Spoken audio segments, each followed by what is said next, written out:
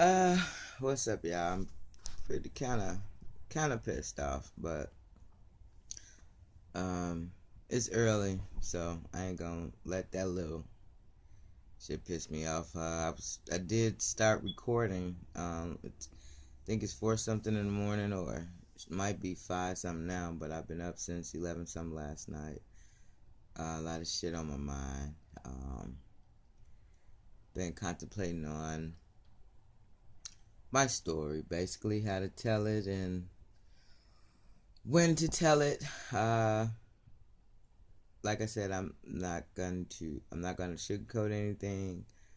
I'm not gonna make hide anything. I'm just gonna be truthful, open, and honest, and be real. You know. So just bear with me as I tell the story. But like I said, we're gonna start from the beginning of where I'm at now in my life, um, to from where I came from. I feel like I can be better at a better place, but people always saying, "Well, you're where God wants you at this time," and it's like, how do you know where God wants me? I feel like what you have in you is what God wants, and if you feel like you can be in a better position, then God knows you can be in a better position because He's your creator. He's our creator. So with that being said, I'm not happy where I'm at right now, so I am doing something about it. Like I said, I'm very talented. It's just the fact of me getting focused and staying focused and just one thing, focusing on one thing. Like I said, my mind is all over the place. I'm all over the place. I'm a procrastinator. I hate that, but I have to embrace it. Um, I tend to do things the hard way. Um, People say, "Well, you gonna learn the hard way." I do things the hard way. That's just something I've always done. I've done a lot of things backwards, but if it works for me, I'm not gonna change that. If it doesn't work for you, hey, find something that works for you. Don't worry about what works for me. But anyway, I'm gonna get back to what people don't want to talk about. What people want to sweep under the rug, and I am so I'm really like surprised, like, cause that I able to talk about this. I'm going to talk about it. I have been getting it out through my counseling when I did have a breakdown. I think I talked about it a little bit more last year or the year before last. It started really bothering me, triggering um, past memories and just flashbacks, and that had took a strong hold on me, and I didn't realize I was spiraling down as bad as I was. I had got back to drinking heavily. I was already smoking weed, but I had slowed down, and I got back to smoking that heavily, um, dipping in some other drugs. Thank God that didn't take a strong hold on me. Um, just and this is just throughout my life, not just these past few years. I know the past few years I said I started being able to I guess the breakdown happened. I was suppressing it too long. So stop suppressing, stop holding things back. Talk about them, even if the people that don't want to talk about them don't want to talk about them to somebody else, or record yourself talking about it, write them down or something, because the longer you suppress it, the older you get, the more breakage, you know, could happen, or will happen.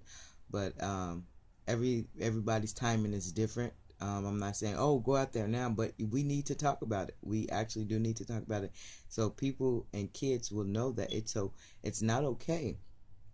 It's not okay for somebody to touch you. It's not okay for somebody to have you do something to them, or pretend, or it's difficult to talk about. I want to make sure I say the right words and be an encouragement to someone, an uplift versus a downfall.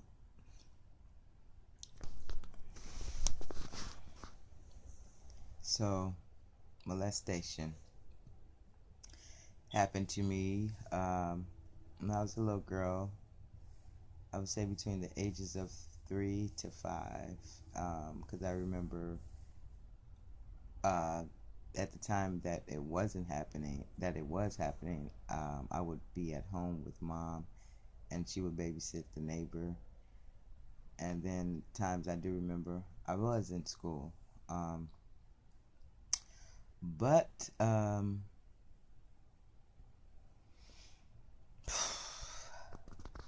let me gather myself. I really want to tell this story, but I want to be able to be understood. And right now, my mind probably isn't at the best that it should be because it's early and I've been up no sleep. But nobody wanted to talk about it. When I did want to talk about it, so that just brought more anger. All people wanted to do was say, "Oh, God says forgive, forgive, forgive, forgive." That's fine. That's fine and all. You can tell me all of that. But what about my hurt? What about the scars? What about the innocence I will never get back? What about the confusion? What about the breaking? What about the holes that are in my soul? What about my heart? What about my mind, mentally, emotionally, spiritually? That's fine. You forgive, but that doesn't mean don't talk about it. God says forgive, but that He didn't say don't talk about it.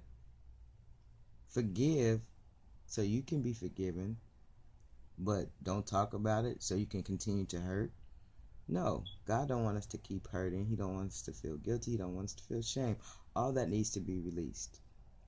So for those who are telling people, "Oh, you're supposed to forgive," and like that's supposed to erase your hurt. No, it's okay to be hurt. We just have to figure that out. We have to figure how to rid of the hurt.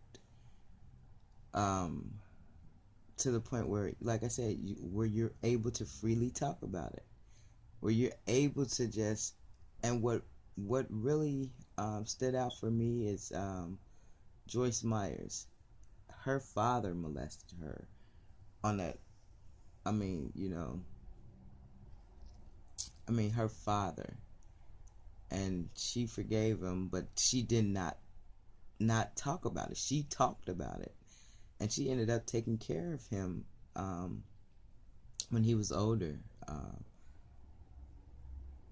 Not saying that's what you have to do or I have to do. My father didn't molest me, but I was molested by a close, family member. But I wasn't the only one, and I want people to not feel like they're alone. We're in this together, and I want to fight it together. A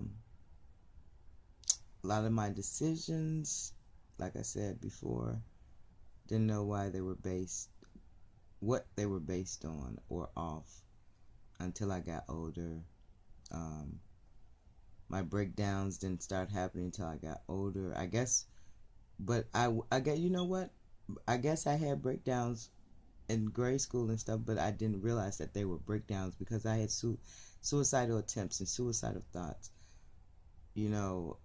I was just so depressed at the time and didn't know what depression was. I just knew I felt so dark.